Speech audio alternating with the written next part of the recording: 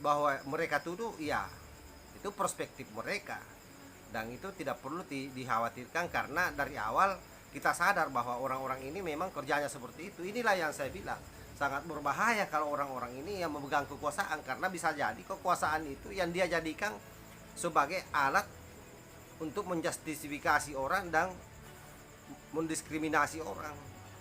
Belum apa-apa saja sudah terbukti Pak sama Bang Ade Armando. Dan ini ada pernyataan dari Sugih Nur Harja, bahkan dia mengatakan penista agama yang lain akan mengalami hal serupa seperti Ade Armando, bahkan lebih mengenaskan. Maka hati-hati dan waspada. Jangan mengkritik umat Islam jika tidak ingin nasibmu seperti Ade Armando.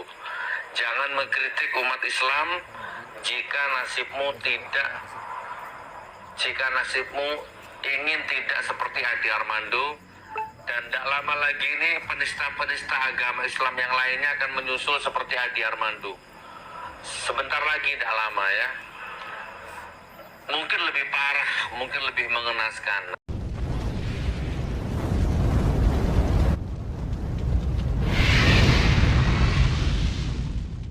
Assalamualaikum warahmatullahi wabarakatuh. Salam sejahtera buat kita semua. Om Swastiastu, Namo Buddhaya, salam kebajikan. Sahabat-sahabat Tol Langit 9 yang saya hormati dan saya cintai dimanapun juga berada.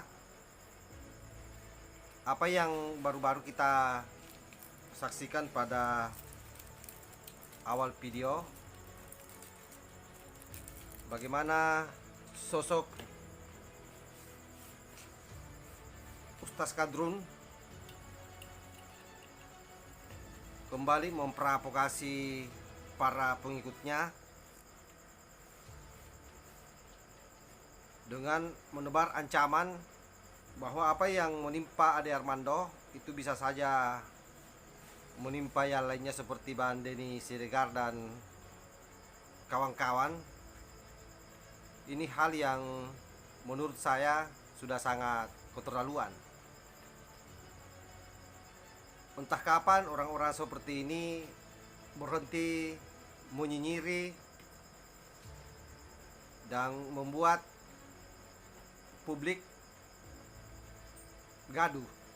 Ternyata betapa bengisnya orang-orang yang selama ini berteriak mengasung khilafah atas nama agama, atas nama umat Islam, tapi perilakunya dan seluruh tindakan-tindakannya sangat jauh dari keteladanan yang dicontohkan oleh Rasulullah Muhammad Sallallahu Alaihi Wasallam. Ustaz Sugih Nur, ya saya kadang-kadang mau ketawa sendiri sebenarnya kalau membahas nama ini. Kenapa? Karena mengaku ustaz dan dimandat ustaz oleh pendukungnya, tapi pengetahuan agamanya boleh dibilang di bawah rata-rata. Tetapi karena orang seperti Sugih Nur ini menguntungkan bagi para pejuang-pejuang khilafah, ya maka dia dielulukan. Dia dianggap sebagai orang yang hebat, orang yang cerdas. Padahal sebenarnya tidak ada apa-apanya. Karena dia sendiri pernah mengakui bahwa dia tidak pernah mondok di pesantren.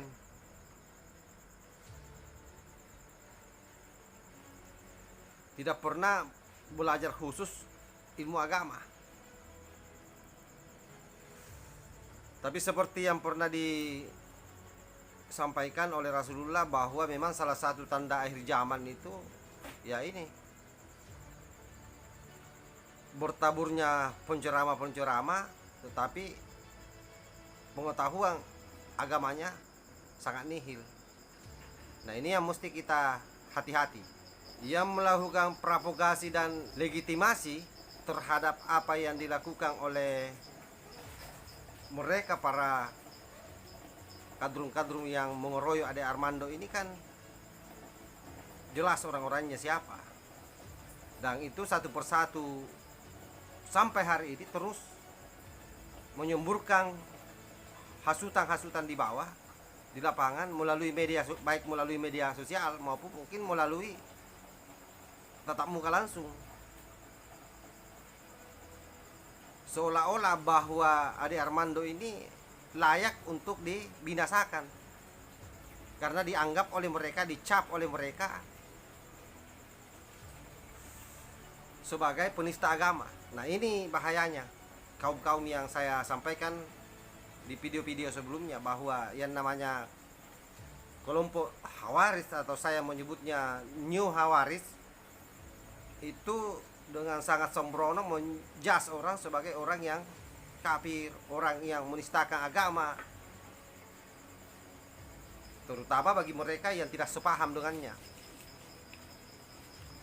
Nah, sudahlah, kita juga ini yang berteriak pasti dianggap oleh mereka adalah orang-orang yang kafir, orang-orang penista. Tapi itu tidak ada masalah, yang pasti bahwa kita tidak pernah menistakan agama kan.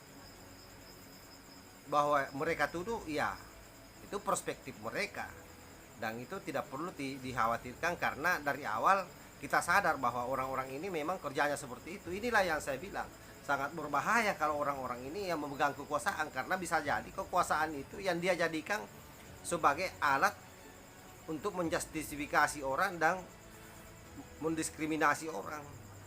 Belum apa-apa saja sudah terbukti Pak sama Bang Ade Armando. Bahkan ancaman-ancaman yang dilontarkan oleh Nur Sugit tadi saya kira jelas.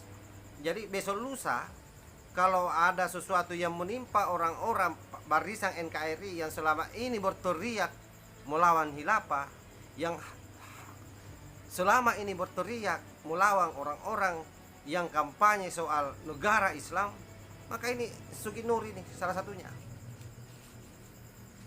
Yang membuat kita bingung adalah karena korban-korban, baik ini yang termasuk yang melakukan pemukulan sama Ade Armando, atau korban-korban yang sudah menjadi sampai loncatannya sudah jauh menjadi teroris, anehnya bukan keluarga mereka, tapi orang lain yang menjadi korban. Makanya saya juga heran, kalau betul Anda yakin bahwa jalan yang Anda tempuh itu benar, seperti misalnya Refli Harun yang juga akhir-akhir ini semakin menjadi-jadi juga ikut melegitimasi apa yang dilakukan oleh pengeroyok terhadap Ade Armando. Kalau dia yakin, mereka yakin bahwa apa yang dia perjuangkan benar, kenapa bukan keluarganya yang didorong ke lapangan, misalnya untuk melakukan pengeroyokan seperti yang terjadi sama Ade Armando? Tampak tanya orang lain kan. Jadi ini penting kita sadari semua, sehingga apa, sekali lagi, kita tidak pernah takut berbeda dengan orang, karena itu soal perspektif. Tetapi perbedaan itu tidak mesti menjadikan kita saling menghujat satu sama lain dan bahkan melakukan tindakan kriminal terhadap orang yang dianggap tidak sepaham dengan kita. Itu yang tidak benar. Yang waras tidak boleh mengalah terhadap mereka, para pencoleng-pencoleng agama yang menjadikan agama sebagai alat politik. Audio Jungle.